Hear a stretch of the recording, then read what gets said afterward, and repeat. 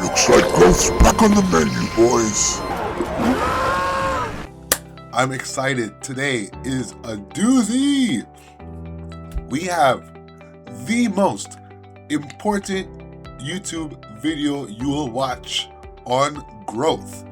This dude, DM Scales, hats off. He made such a great video. He has two videos, one in long form, one in short form. And I'm not just reacting, this is probably our first 10 out of 10 video, guys. This guy has 3,000 subscribers and an outlier video of 138,000 viewers with only 2 videos. He knows his ish. He knows what he's talking about. This guy is someone to follow. So I don't want to just leech off his video and just promote myself using his. I want to give all credit due to this guy. Follow his channel because I'm sure he'll come up with more videos in the future with even better information for us. But these 2 videos will change everything you do on YouTube. Some tips he gives I never even knew of. I've watched hundreds of videos on YouTube monetization, and that's why I'm picking the best ones for you guys. But some of the tips he gives today are not in any other videos I've seen. The first time you'll see some of these tips. So this is definitely one for you to keep in your bank. He has a playlist also at the end of the video. I'll get to that in a bit. But the advice here is so good. It's just great advice. It's a short video. It's like 5 minutes long. So to have this much value in such little time, it respects the audience's time, it respects the audience's expectations. This video is all around perfect. If you don't know, this is YouTube Money Tested, where I curate all the best videos on monetization I can find around the internet. I watch hundreds of videos, hundreds of hours of videos on monetization, YouTube growth, and getting monetized. And I bring the best videos for you guys all in one spot. So you don't have to look so far. You can just come here and look at which videos actually work. They're tested, they're proven, and they're signed by me. Who am I? I'm just a new YouTuber, and I'm aspiring to grow as much as you guys are. So together, we go through these videos and we see what works, and let's all get monetized together. All right, let's check out the video. When you start a new long-form channel, the first thing that happens is YouTube reviews your account to figure out if you're a real person and you're worth pushing out. If your channel looks empty or suspicious, YouTube has no reason to trust you yet and won't push your videos out anywhere beyond search. To avoid this, you need to make your channel look legit from the start. Warm it up, brand it personally, use an older trusted email, and enable 3rd level feature eligibility. The less your channel looks like spam, the more willing YouTube is to push your content out beyond just search. YouTube is way more forgiving with long-form than shorts. If you're not getting into the browse feed, your video's either bad or your channel just looks like spam. After you upload your first video, YouTube... Well, yeah, this first tip, I have not seen anyone else cover this tip before. Making sure the 3rd level of feature eligibility is active.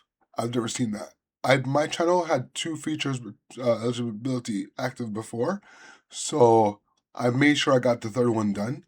But no channel ever covered that, about the YouTube trust system and basically how your channel looks. I've seen people say about how new the channel is, but I've never seen anyone go into detail about the actual features being enabled and activity on the channel. So that's a good feature. That's a good aspect he highlighted. YouTube immediately transcribes everything you say, scans your thumbnail, and classifies your content. The algorithm is trying to figure out what your video is, who's it for, and whether it's safe to push. Then over the next 24 to 48 hours, it continues to build a profile on your content, with the main thing being your target audience. During this time, YouTube isn't really pushing your video out anywhere, it's just reviewing your data. That's why it takes a couple days before views start coming in on the first video of a brand new channel. This is where the metadata becomes the most important thing. YouTube's entire goal is to keep viewers on the platform for as long as possible. More time on YouTube means more ads watched, and more more ads watched means more money to YouTube. So naturally, the algorithm's job is to find the videos that specific viewers would enjoy the most. To do that, it needs to know exactly who your video is for. If the algorithm can't figure out your target audience, it would rather push out someone else's content and actually understands, rather than risking showing yours to the wrong person. Like I said before, you really need to focus on your metadata here. Your title needs to clearly tell YouTube what the video is about, and then tags, chapters, and timestamps all give the algorithm more context. Your thumbnail matters too because YouTube's AI is actually reading it. It scans for faces, objects, and text. So this is all pretty standard stuff. I've heard this before in other videos.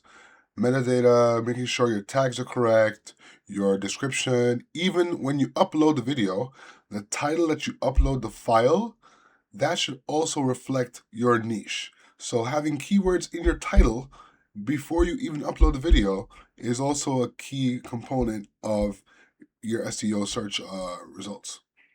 Everything is, the faster it matches your video. Clear everything is, the faster it matches your video to the right people. Typically, channels that write vague titles and leave descriptions empty are forcing YouTube to guess. And once again, YouTube doesn't want to take the risk showing it to the wrong person. Once the data is collected and the target audience is determined, YouTube starts testing your video through browse to collect initial data and decide whether to keep pushing it or not. Similar to shorts, the algorithm pushes out your videos in kind of waves. YouTube is testing your video against small groups and watching how they respond. If they respond well, YouTube slowly ramps up impressions. Then depending on how the next group responds, it either keeps ramping up, slowing down, or plateaus. And before you guys ask me about why my studio looks so much better than yours, I use New Studio, which is by far the best Chrome extension if you want to take YouTube seriously. So how do we get YouTube to push your video as much as possible? Well, this comes down to the stats. There's 3 stats you need to be focusing on, with the first being click-through rate. This is the percent of people who saw your video in their feed and actually clicked on it. Every person who sees your video in their feed is considered an impression. Picture it like this. Every single impression on YouTube is like a slot. There's a limited amount of slots in a given feed, so YouTube is pretty selective with it. Why would they give a video that has a low click-through rate an impression when they could give an impression to a video that actually has a high click-through rate? And it's proven that people are willing to click it. It's much more valuable for YouTube. Your click-through rate is determined by your thumbnail, your title, and your idea. This is the first thing a viewer even sees, so you really need to focus on this. Your goal is to make your video impression. So I want to look at his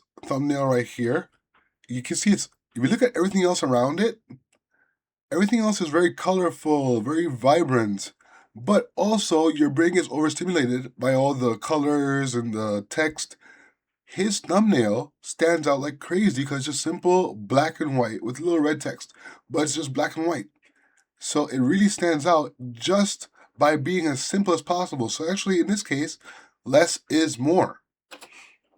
But the best way to stand out, video the most appealing to click on out of every other impression on their feed. But the best way to stand out is being in a niche that has a ton of viewers willing to watch. So to help with that, I have a playlist of a bunch of viral niches I find, and I'll be constantly updating it. These are niches I would use myself. A lot of you guys were asking me how I find my niches. So if you're wondering, the majority of these niches are found with algro. But what percent should you be shooting for? Well, the average CTR on YouTube sits around 4 to 5%, and anything below 3, YouTube definitely won't push it. The next stat the algorithm focuses on is the retention graph. This is by far more important than CTR. You want this graph to be as flat as possible, as high as possible, and the initial dip to be as small as you can manage. The graph will always go down over time because viewers just naturally leave no matter what you do. If you're losing too many viewers at the start, your hook is bad.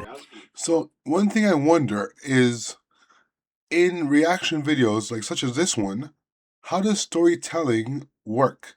Like, how do you determine what, because I'm reacting to this video right now. So is my storytelling in this case based on his video? So that's one thing for guys who want to make reaction channels. This is something to think about.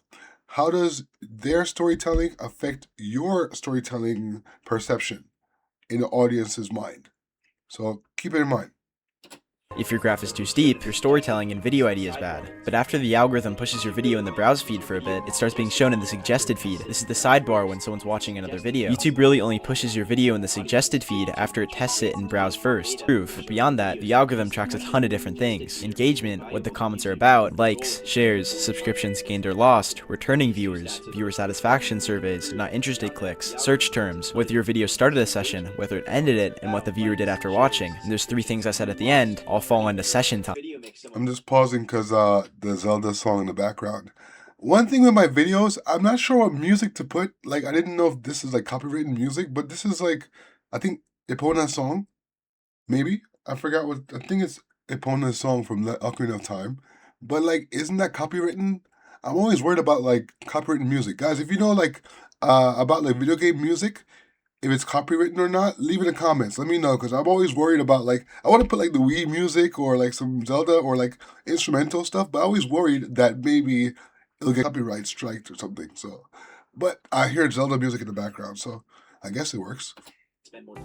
Okay, I'm gonna stop the video right there because I don't want to give away everything. So you gotta go to his channel, DM Scales, check out the video, spam it, watch it, rewatch it, watch it like a million times, because he's really doing good content and deserves to be rewarded. DM Scales video, I give it a 10 out of 10. Applause. So guys, stick with this channel. You'll get to see more videos on what works on YouTube when it comes to monetization, comes to growth, comes to strategies. If I win, you win, because we get to see what really works in real time. I have 0 views, 0 subscribers. So if I win, this shows that small YouTubers can win and how you can win. Oh yeah, check out the fit. This is I got this from a used store, secondhand store, close by my house. I'm living in Japan, so you can get cool little stuff like this, like 400 yen. It's like $3 US. But yeah, guys, I'm gonna link to his video. If I can link to it up here, it'll be up here. If not, it'll be in the description below. Thanks, guys. See you next video. You know what, guys? So, looks like growth's back on the menu, boys. Looks like growth's back on the menu, boys.